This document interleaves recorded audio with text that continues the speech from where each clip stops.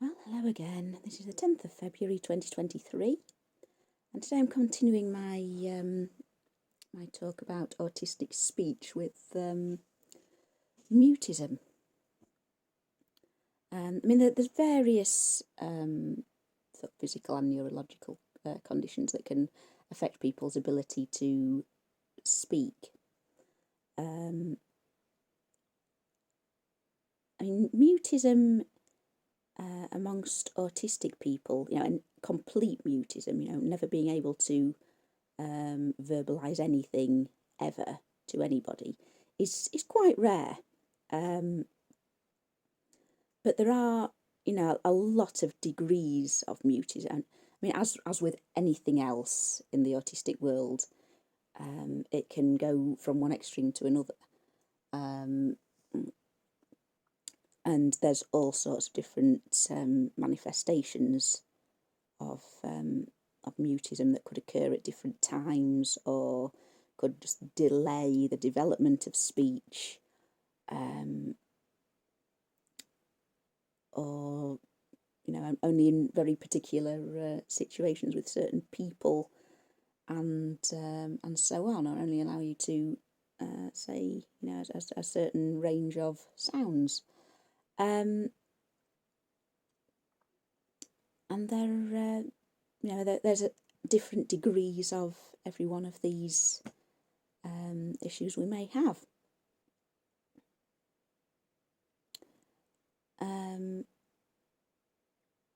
One way of defining Asperger's syndrome, when that was still a thing that people did, was people who have no noticeable issues with speech. But as with everything else in trying to define Asperger's syndrome, that was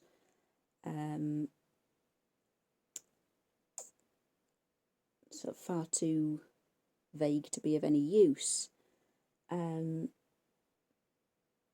think the thing that a lot, a very high proportion of autistic people have, statistics depend very much on what you read, a very high proportion of us have, but is really not understood by outsiders, is situational mutism, or as it's also known, selective mutism. There is a move to try and change the name to situational mutism because it just seems more accurate. Selective kind of makes it sound like you're making a choice about when you may or may not be able to speak, whereas situational describes, much more accurately that it happens in certain situations. The situation can be anything. I think the most common cause of mutism is some kind of stressful or confrontational conversation. I can describe what it feels like for me. I don't know if it's the same for everybody. Some people say that they can feel they want to say something, but they can't move their mouth. They sort of feel almost as if their mouth is paralysed in some way. But the way I get it, there's just no response. There's no response available. There isn't a, can you give me a minute to think about that? There isn't a, what do you want me to say? There isn't a, any kind of delay tactic or anything like that. There's just nothing.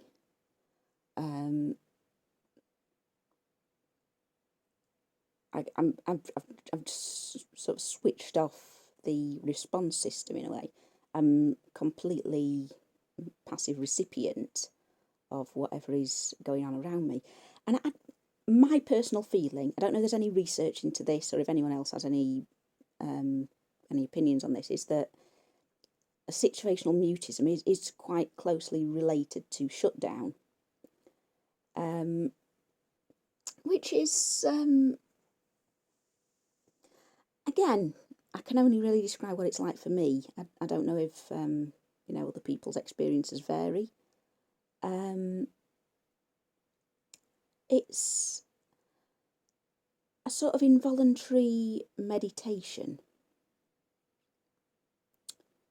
You fall into a state when you are not asleep, but you're not responsive either. There's an awareness of what's going on around you. I can snap out of it if, my baby cries, or, some sort of emergency to attend to, pan boiling over or something. But I get to a point quite often when I completely zone out, and I can now, as I've got older, I can sort of put it off until I'm in an appropriate situation. Like I can tell my family, right, I'm just going for a little lie down. I'm feeling tired, and I can just go and sort of save it up until I can just shut down and just have 10-15 minutes lying down on my bed, and then I get up and I'm fine again. But certainly when I was younger, it would just kind of come on me.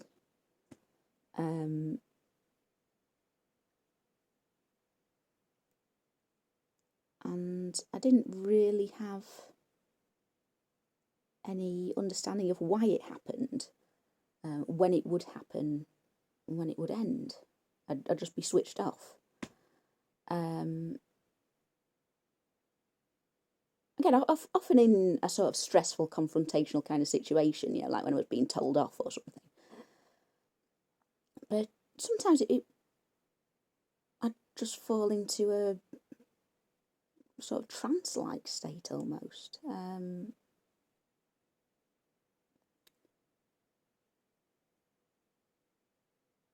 Quite often if I was sitting in the car,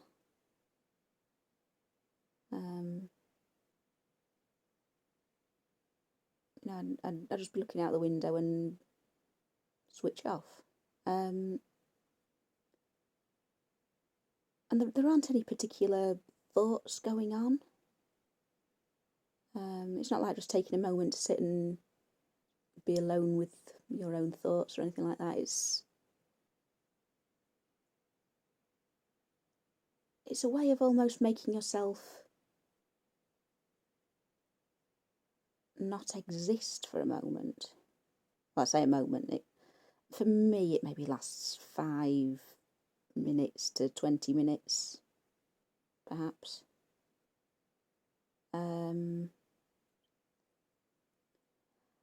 And it's very much the same with the situational mutism for me personally.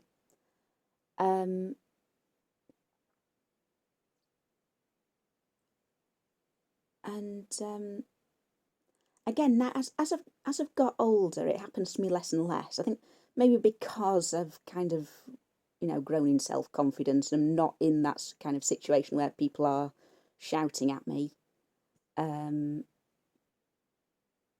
That sort of vulnerable situation where it's sort of maybe a sort of wall comes down as a method of self-defense. But yeah, I do still regularly fall into shutdown mode, and the mutism does come on occasionally.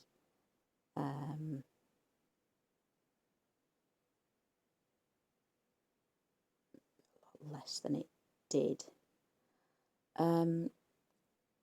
But of course, when someone is talking to a child and they're not responding, they don't, oh yes, this is situational mutism. They think this child is being sulky or shy or awkward in some way. It's not immediately recognisable as some sort of sign of the child being autistic. And very often, it is that the child is being shy or, deliberately obstructive.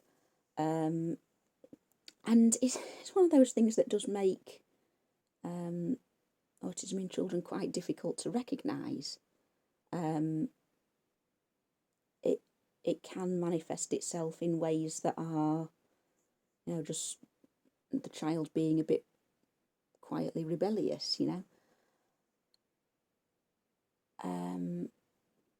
or as seen as that.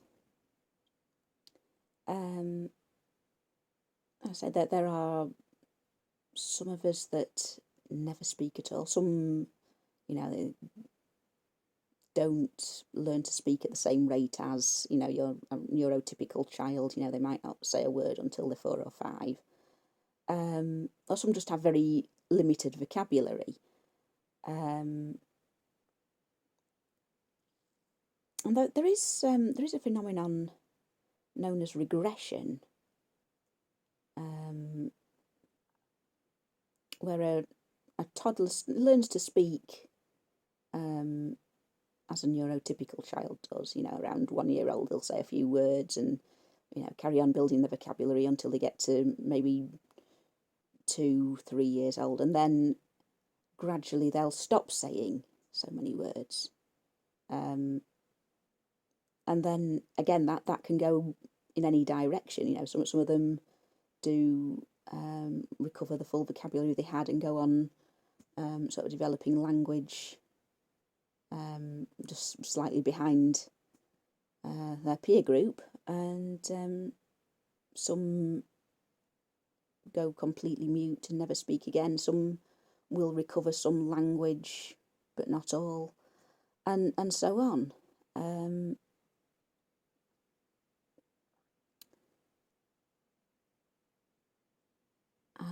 Well, there's various things you can do with a mute child or partially mute child. Things like sign language or Makaton.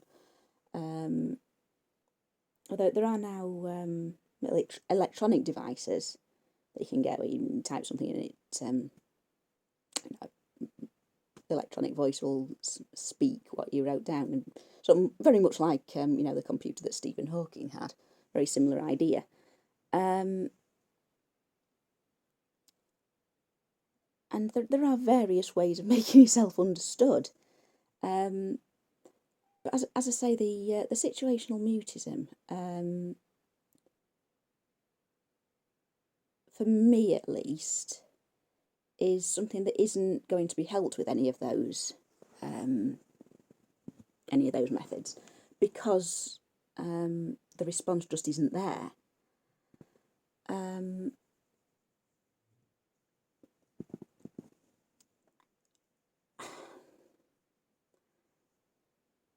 How do you tell if the person you're talking to is just shy or being awkward, or actually has some kind of part-time mutism? There isn't a way. If you are aware they are autistic, then it may well be situational mutism. The only thing you can really do is find out. To actually ask them at a time when they're fully verbal.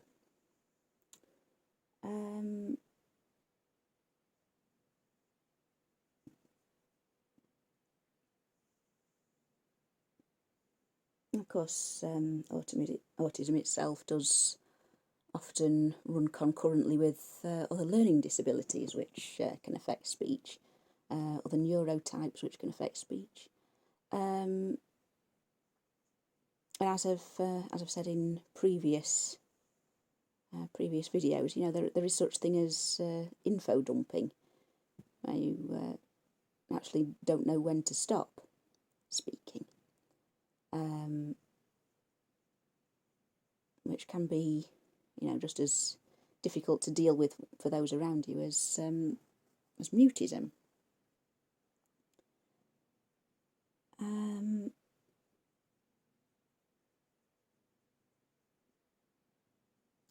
I think I'll leave it there.